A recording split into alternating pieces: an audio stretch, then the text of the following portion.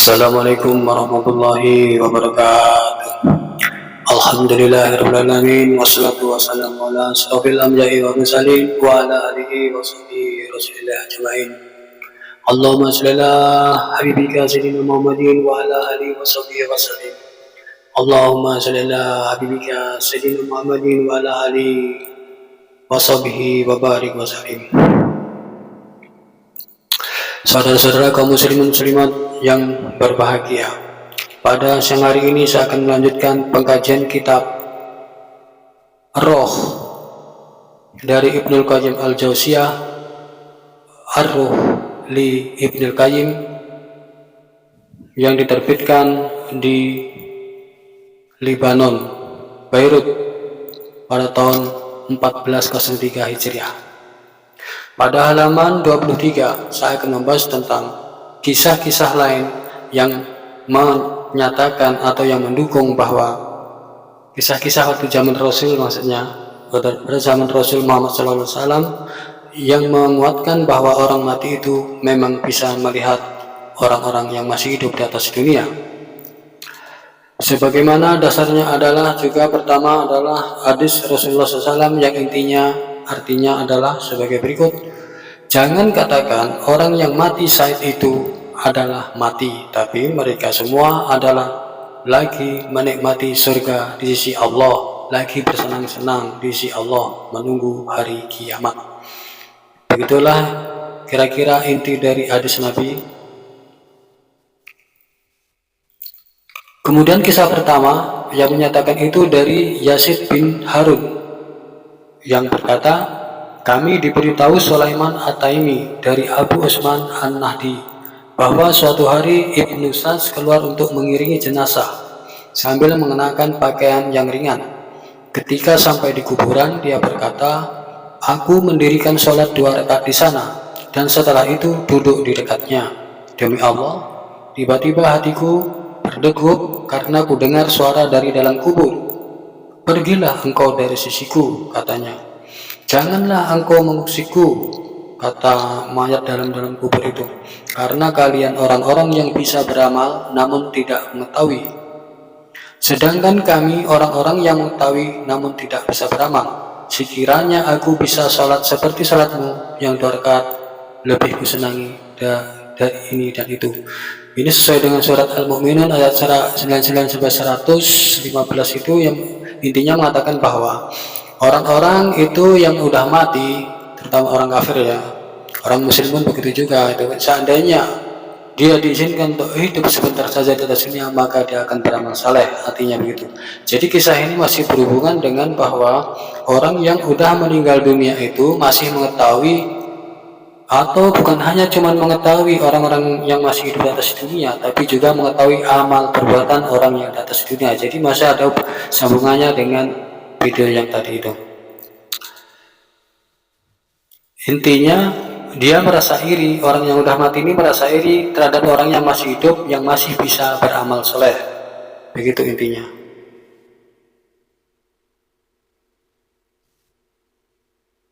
Yang tadi, pergilah engkau dari sisiku, jangan engkau mengusikku, karena kalian orang-orang yang bisa beramal karena masih hidup namun tidak mengetahuinya. Sedangkan kami orang-orang yang mengetahui namun tidak bisa beramal. Masya Allah. Sekiranya aku bisa salat seperti salatmu 2 rakaat itu, lebih kusenangi dari ini dan itu. Masya Allah. Jadi orang yang mati itu masih pengen mau sholat tapi udah tidak bisa. Di sini diibaratkan dengan kami orang-orang yang mengetahui tapi tidak bisa melakukan. Orang yang masih hidup dibilangnya, kalian orang yang tidak mengetahui tapi bisa melakukan. Artinya orang yang tidak mengetahui bahwa orang yang mati itu masih bisa melihat amal orang yang hidup, maksudnya begitu kan. Orang hidup yang tidak bisa melihat orang mati, maksudnya begitu, tapi masih bisa beramal. Dan kata-kata kami mengetahui tapi tidak bisa melakukan, artinya itu orang yang udah mati itu bisa mengetahui orang yang masih hidup, tapi orang yang mati tidak bisa beramal. Itu artinya kawan. Ibnu Abid Dunya, selanjutnya kisah yang kedua dari Ibnu Abid Dunya, meriwayatkan dari Abu Kilabah, dia berkata, Aku pergi dari Sam menuju Basrah. Di tengah perjalanan aku singgah di satu tempat. Pada malam hari setelah bersuci, aku mendirikan sholat 2 rakaat. Kemudian aku membaringkan kepalaku di atas sebuah kuburan, dan aku pun tertidur. Aku terjaga ketika kulihat orang yang ada di dalam kubur itu mengadu kepadaku. Masya Allah, jadi dia mimpi. Orang yang dalam kubur itu dia protes karena orang ini telah meniduri kuburannya. Subhanallah, Allah Akbar. Semalaman engkau telah mengusikku, kata orang mati itu. Kalian adalah orang-orang yang bisa beramal namun tidak mengetahui. Maksudnya bisa beramal itu masih bisa beramal, tidak mengetahui maksudnya orang yang masih hidup itu tidak mengetahui bahwa dia dilihat oleh orang yang udah mati. Atau orang yang masih hidup tidak bisa melihat orang yang udah mati dalam kubur, maksudnya begitu. Kalau saya simpulkan. Semalaman engkau telah mengusikku, kalian adalah orang yang bisa beramal namun tidak mengetahui, sedangkan kami adalah orang yang bisa mengetahui namun tidak bisa beramal. Diulangi lagi.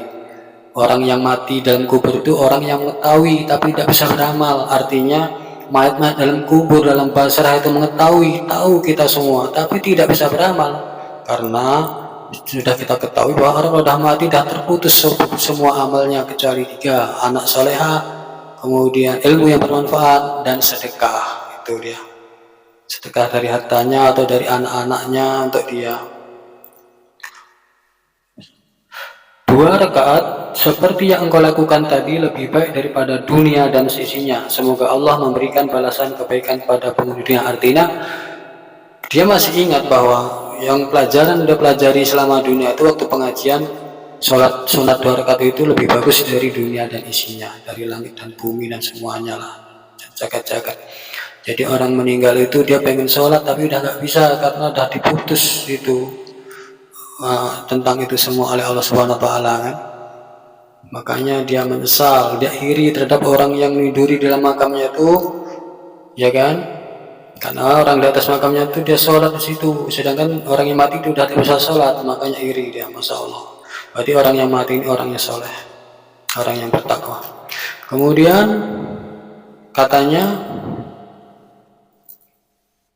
sampaikanlah salam kami kepada mereka, doa mereka masuk ke alam kami berupa cahaya yang sebesar gunung. Masya Allah. Jadi orang mati ini kirim salam kepada orang-orang yang masih hidup bahwa doa orang yang masih hidup terhadap saudaranya yang sudah meninggal itu, atau kepada kaum muslimin muslimat, mukminin mukminat yang sudah meninggal itu sampai ke dalam kubur, ke dalam basah, berupa apa? Berupa cahaya yang terang sebesar gunung. Masya Allah. Itulah kelebihan doa, hebatnya, dasarnya doa. Makanya kita sebagai anak harus soleh mendoakan orang tua yang sudah tiada. Kemudian kisah selanjutnya, Al-Husain Al-Ajli meriwayatkan dari Said bin Wahab. Dia berkata bahwa suatu hari aku pergi ke kuburan dan duduk di sana. Ini kurang kerjaan nih. Said bin Wahab ini pergi kuburan dan duduk-duduk di atas kuburan. Tiba-tiba ada seorang laki-laki yang menghampiri sebuah kuburan dan meratakannya. Tiba-tiba ada seorang laki-laki yang menghampiri sebuah kuburan dan meratakannya. Maksudnya ada orang yang sedang membersihkan kuburan. Kemudian dia menoleh ke arahku dan dia pun duduk. Maka aku pun bertanya kepada dia, kuburan siapakah itu? Saudaraku, ucapnya. Jadi dia membersihkan kuburan saudaranya, maksudnya. Apakah memang engkau mempunyai seorang saudara? Tanyaku. Dia menjawab, saudaraku karena Allah. Masya Allah. Saudara karena Allah, maksudnya saudara seiman, saudara seagama, se-Islam. Karena aku bermimpi bertemu dengannya. Masya Allah. Sama kemarin nih, Masya Allah. Saya bertemu mama saya dalam mimpi. Mama saya itu pulang memberitahu itu ada tamu. Ada tamu, satu kawan mama itu udah saya kenal, disebutkan namanya sama saya. Kemudian sama perempuan lain 5 di rumah mama ini, di depan sana. Yang 4 itu tidak nampak mukanya karena di dalam sana ya. Kemudian yang 1 perempuan muda itu keluar menjumpai saya, menggendong anak kecil. Masih perempuan lah, umur 25 tahun, menggendong anak kecil kayak bayi gitu. Dia ngobrol-ngobrol padaku. Kemudian besoknya pas hari Jumat, saya doakan kemarin, saya cari makam-makam itu di makam yang datang dalam mimpi saya itu satu orang saya kenal, saya cari tapi nggak jumpa. Udah saya tanya-tanya sama saudaranya, karena saudaranya itu melalui telepon, ya kan. Saya tanya orang-orang di makam juga, katanya cuman ada kode apa namanya, D Dahrim, namanya Pak Dahrim. Udah kasih kode DRM gitu kan. Jadi tidak jumpa saya. Saya cari-cari, katanya kuburannya cuma di Plester, mungkin namanya itu nggak jelas. Saya cari, akhirnya saya pergi ke belakang makam, langsung saya doakan semua makam bapak itu dan semua penghuni makam. Masya Allah. Tadi sampai dia menjawab, saudaraku karena Allah, karena aku bermimpi bertemu dengannya, maka kukatakan kepadanya, Alhamdulillah, engkau tetap hidup. Andaikan aku dapat mengatakannya, maka itu lebih aku sukai daripada dunia dan sisinya. Apakah engkau tidak tahu saat mereka menguburku, lalu ada fulan yang sholat 2 rakaat?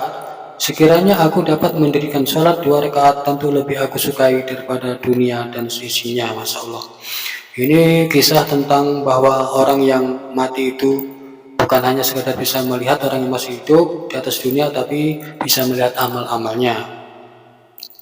Kemudian kisah dari Mutarib bin Abdullah Al-Harsi, dia berkata bahwa kami pergi ke tempat Arabi pada hari Jumat pagi untuk melaksanakan sholat Jumat.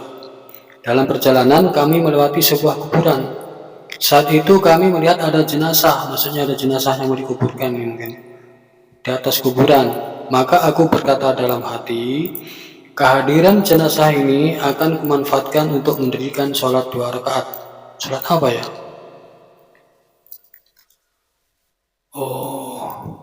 Maka aku segera memencil atau menyendiri dekat dengan kuburan itu dan sholat 2 rakaat dengan cepat dan tidak ingin memanjangkannya. Lalu aku tertidur di atas kuburan itu. Oh, ini bukan jenazah yang mau dikuburkan, bukan. Ini alam-alam gaib ini. Ada jenazah tiba-tiba di atas makam lama. Aku tertidur di atas kuburan itu dan bermimpi bertemu dengan mayat di atas kuburan itu. Dia berkata kepadaku, engkau sholat 2 rakaat dan sepertinya engkau tidak ingin memanjangkannya. Memang begitulah adanya, kataku. Maksudnya orang ini tidak mau menambah rakaat lagi, 2 lagi, gitu kan, 2 lagi. Ke sholat duha, ke tahajud, gitu kan. Cuman dan pengen 2 rakaat aja. Memang begitulah adanya, kataku. Lalu dia berkata lagi, kalian bisa beramal, namun tidak bisa mengetahui. Sedangkan kami sama sekali tidak bisa beramal, namun kami sama sekali tidak bisa beramal, namun bisa mengetahui. Sekiranya aku bisa sholat 2 rakaat seperti sholatmu itu, tentu lebih kusukai daripada dunia dengan segala berasanya. Masya Allah. Orang udah mati rupanya dia menyesal, tidak bisa sholat lagi. Ini orang yang udah sholat di dunia, apalagi orang tidak pernah sholat di dunia. Kayak mana coba? Masya Allah. Makanya segera bertobat kawan-kawan. Orang yang udah rajin sholat di dunia, dia meninggal masih apa ya? Masih menyesal dalam kubur, tidak bisa sholat lagi karena Allah sudah memutuskan semuanya dengan amal-amal. Tidak bisa, amal perbuatan sudah putus kalau manusia sudah mati. Makanya selama masih hidup itu adalah kesempatan untuk mencari pahala sebanyak-banyaknya, itu maksudnya begitu kan. Saya bisa mengetahuinya namun tidak bisa melakukan, kata orang mati dalam kubur.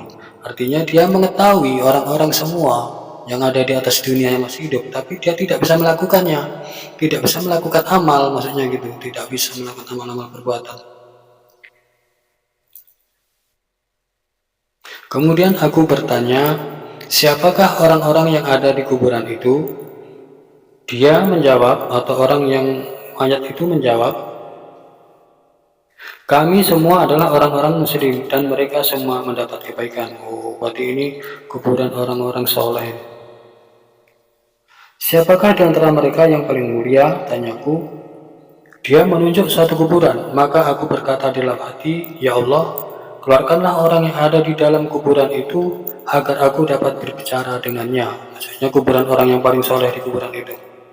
Ternyata orang yang ada di dalam kuburan itu benar-benar muncul. Orangnya masih muda. Lalu aku bertanya, benarkah engkau orang yang paling mulia di tempat ini?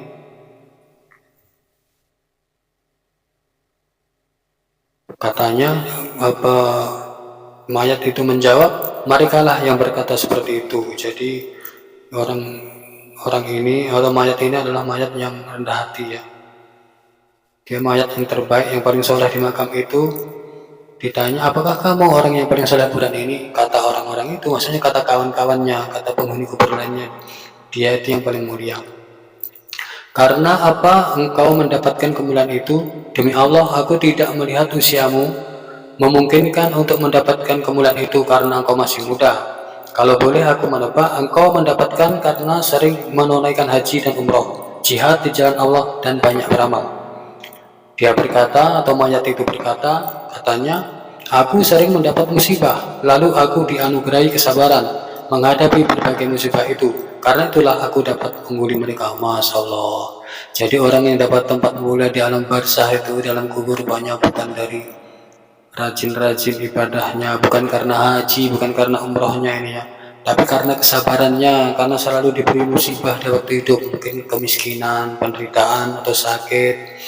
Dalam hidupnya sakit atau keluarga yang hancur berantakan, pokoknya ujian hidup dunia, dan dia bersabar, maka Allah ngasih ganjaran paling mulia, mendapat surga di alam barzah. Dan mudah-mudahan nanti di akhirat dia mendapatkan surga di akhirat setelah kiamat. Amin amin ya rabbal alamin.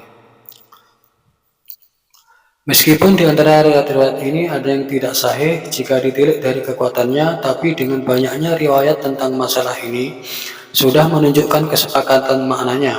Nabi SAW pernah bersabda, aku melihat mimpi-mimpi kalian adalah sama. Beliau mengatakannya pada 10 hari yang terakhir dari bulan Ramadan atau Lailatul Qadar. Jika mimpi mereka seragam dalam satu hal, maka hal itu seperti keseragaman mereka dalam riwayat, atau seperti keseragaman mereka dalam melihat baik dan buruknya sesuatu. Apa yang dilihat orang-orang muslim sebagai suatu kebaikan, maka ia pun baik di sisi Allah, dan apa yang dilihatnya sebagai suatu keburukan oleh orang-orang muslim, maka ia buruk di sisi Allah. Jadi kami tidak menetapkan hal ini hanya dari sisi mimpi belaka, tetapi juga dari sisi hujah dan lain-lainnya. Selanjutnya disebutkan di dalam kitab As-Sahih bahwa orang yang sudah meninggal dunia merasa senang dengan beberapa orang-orang yang mengiringi jenazahnya setelah ia dikubur, maksudnya orang yang melayat itu. Muslim meriwayatkan di dalam sahihnya dari hadis Abdurrahman bin Samasah al-Mahri. Dia pernah berkata bahwa kami mengunjungi Amr bin al-As pada saat-saat menjelang ajalnya. Tiba-tiba dia menangis hingga lama sekali sambil menghadap wajahnya ke dinding. Mengapa engkau menangis, wahai ayah? Tanya anaknya.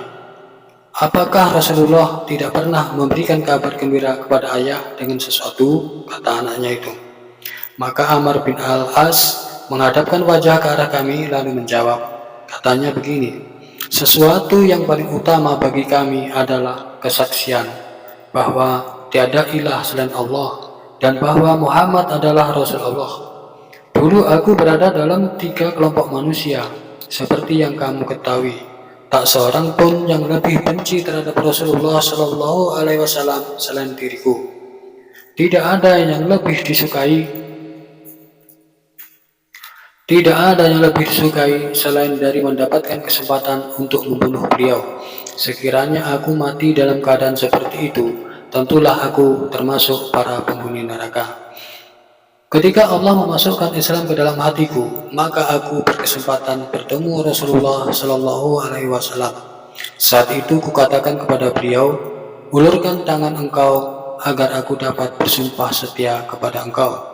Maka beliau mengulurkan tangan kanannya, tapi aku tak segera meraih tangan beliau. Beliau bertanya, ada apa wahai Amar? Aku menjawab, aku hendak meminta syarat. Syarat apa yang kau minta? Tanya beliau. Agar engkau mengampuni aku, jawabku. Beliau bersabda, bukankah engkau sudah tahu bahwa Islam menghapus kesalahan sebelumnya, hijrah menghapus kesalahan sebelumnya, dan haji menghapus kesalahan sebelumnya? Maka sejak saat itu tidak ada orang yang lebih kucintai daripada Rasulullah SAW. Tidak ada orang yang lebih agung di mataku selain dari beliau. Sampai-sampai aku tidak kuasa memandang beliau karena hasrat untuk mengagumkan beliau. Jadi cerita kisah di atas itu menyatakan bahwa haji dan umrah itu menghapus dosa-dosa yang telah kita lakukan sebelumnya. Itu intinya kawan. Itu kata Rasul kan. Sekiranya aku diminta seseorang untuk menyebutkan sifat-sifat beliau, maka aku tidak bisa mengatakannya, karena mataku tidak sanggup memandang diri beliau. Akhirnya aku mati dalam keadaan seperti itu, maka harapanku agar aku menjadi penghuni surga. Kemudian kami diberi kewenangan untuk mengurusi banyak hal, dan aku tidak tahu apa yang ada di sekitarku.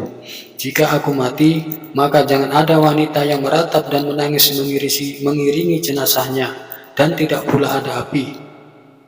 Jika kalian mengubur jenazahku, maka taburkanlah tanah ke jasadku. Kemudian buatlah di sekitarku kuburanku tanda seperti pada binatang. Kemudian buatlah di sekitar kuburanku tanda seperti pada binatang yang akan dijadikan korban dan yang dagingnya dibagi-bagikan, agar aku merasa senang terhadap kalian dan aku dapat melihat apa yang kukembalikan kepada para utusan Rabbku. Yang demikian ini menunjukkan bahwa orang yang sudah meninggal dunia merasa senang dengan kehadiran orang-orang yang menziarahi kuburnya. Wallahu a'lam bishawab. Wabillahi taufiq wal hidayah. Wassalamualaikum warahmatullahi wabarakatuh.